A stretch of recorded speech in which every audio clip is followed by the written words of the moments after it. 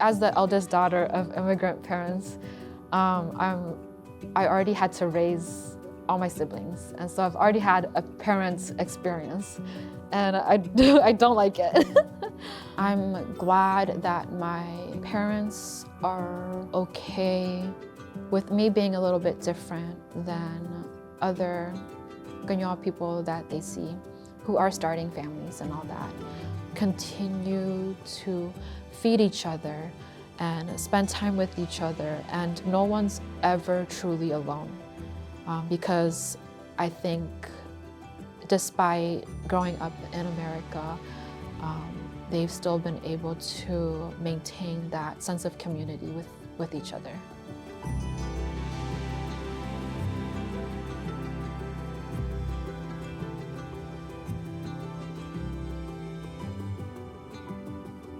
My name is Giri Kasuh. I'm 32 years old, and I've been in Minnesota for 28 years. We came in 1997, first in Buffalo, New York, and then in Minnesota. I don't really remember.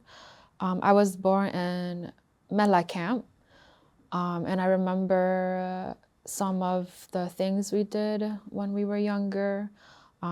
Just mostly spending time with my little brother and my parents. I remember going fishing, and mom would always put me in dresses, and sometimes she would make me and my brother wear the same clothes so that we look like twins. At this time too, my dad liked to take a lot of pictures, so I had to be a little model for him. So I have plenty of photos of me and my brother's early childhood. I remember sharing a Coke or a Sprite bottle with my mom, my brother, and me, just the three of us. I love Ganyo food. My dad is a great chef. Maybe not formal chef, but growing up, he would always make gathu and I don't know, chanya and pumpkin, just all the curries and the stews, and it's so good. And then tanita, all of the stinky foods is the best tasting food in the world. And then I remember being in Buffalo, New York, going to preschool, and I remember the winter. I had to go to the dentist to get my teeth pulled out because it was all rotten.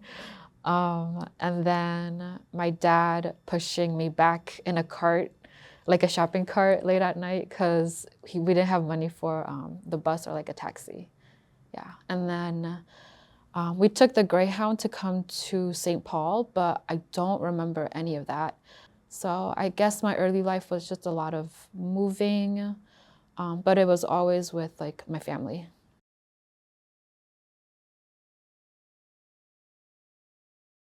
I am the administrative assistant for First Baptist Church of St. Paul. That's in downtown St. Paul. And then this church was kind of the biggest church to a lot of the Ganyo folks and have their own service. As administrative assistants, I help the pastors prepare for Sunday and help with whatever else they need during the week. I grew up in this church, and I've always been part of the praise and worship team, and me and my friends used to do that voluntarily. And then in 2018 was when I started working for the church. For example, every Sunday I come to church, prep my music, and then with the church also, we've currently been recording our services, so I help to do that. Facebook live stream and record the pastors for a YouTube service. We have fellowship in the gym after church, and so people can come and eat and drink coffee. And I feel like being at the church is my number one way of staying within the community.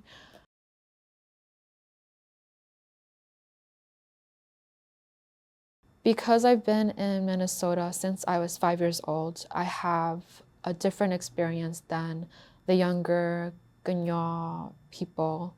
who might have come when they were 10 or 11. It's kind of difficult to balance Ganyal culture and American culture, mostly because I would say I'm honestly living in two worlds. But my American culture is just a little bit stronger because I grew up here at such a young age. And I don't have the traditional aspects of Ganyal culture.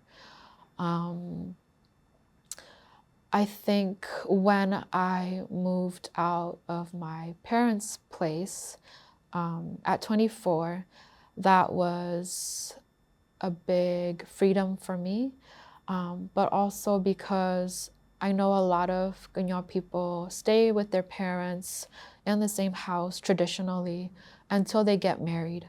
But even when they do get married, sometimes they still are living in a multi-generational home. And that can be a lot just to deal with, like overstimulation of people and different wants and needs.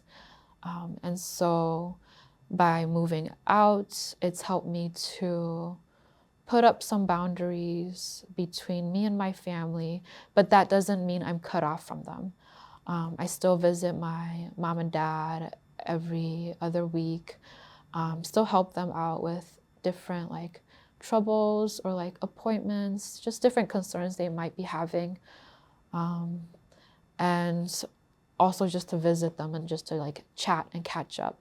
And I feel like for me, that has given me a better and kinder, and it's made my relationship with my parents a little bit better.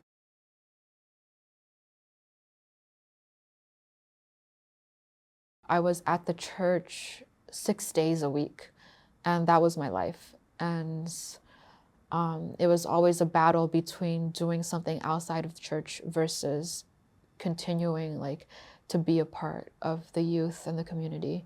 So I left the Ganyar youth in church, and I guess it was just like maybe like a battle of acceptance also, because if I wasn't part of the youth, then it didn't feel like I was part of the church. It was also a big step for me to take a step away. I would say past Giri was brave to do that, because it's led me to become the person I am now.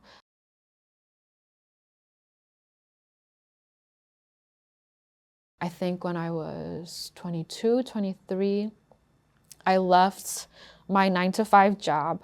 I was working out of school and it was stressing me out. And I couldn't deal with it anymore. So I left that. And then that was also when I started working for First Baptist Church. And because working for First Baptist Church was part-time, I needed to find another part-time job to just fill that space.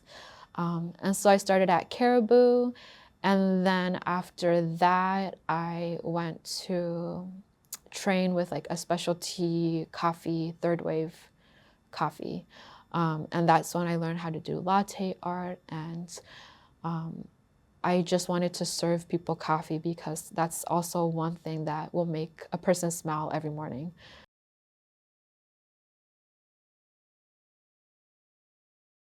My proudest moment is an accumulation of many things. I knew I was not gonna get married like a traditional Ganyan person, early 20s, all of that. And I knew I needed to move out of my parents' house just for my own happiness. And when I moved out, I moved in with a roommate in Minneapolis. And that was like another goal I was able to be successful in. And then I was able to like afford living with a roommate. And then my next goal was to move out and be roommates with my sister. And so that also gave her an opportunity to move out of our parents' house. And now finally I'm able to move out and live on my own. And so I have my own place. It's a rental, but it's still my own space to do whatever I want to do.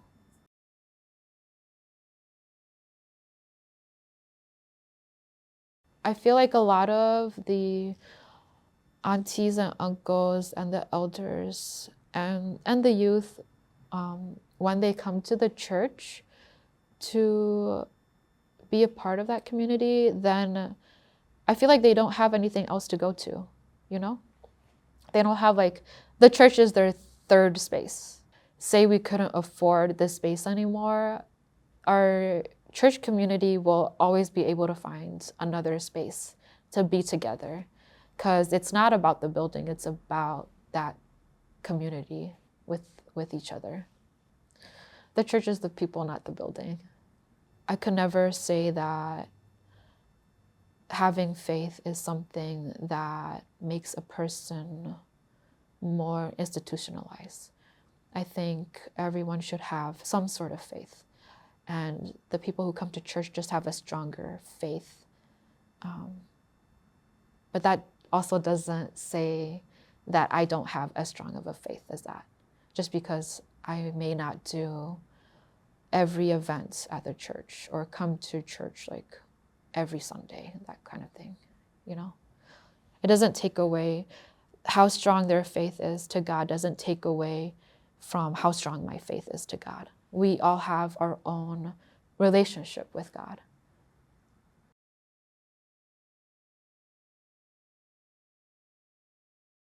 I think it's important to hold on to our roots and our culture, because if we didn't have that, then we wouldn't be the people we are. And it's something to be proud of. Like, I'm not proud that our language was literally made by a white man, like our written language, but I am proud that we as a people, as Kanyal people, have taken that and made it our own. So like when I see the younger Kanyal folks learning to read and write in Kanyal, then I'm like, wow, you're doing it. You're like not giving up. And a lot of the elders say if you don't speak Kanyal anymore, or mostly if you don't speak Kanyakwa anymore, then you're gonna lose that culture. You're not gonna be able to talk with our elders or like the older folks who only know Kanyakwa.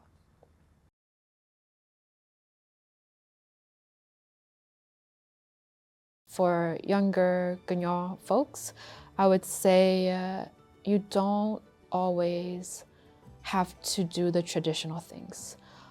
You can respect it and participate, but it doesn't have to be something that holds you back from doing whatever you want to do in life.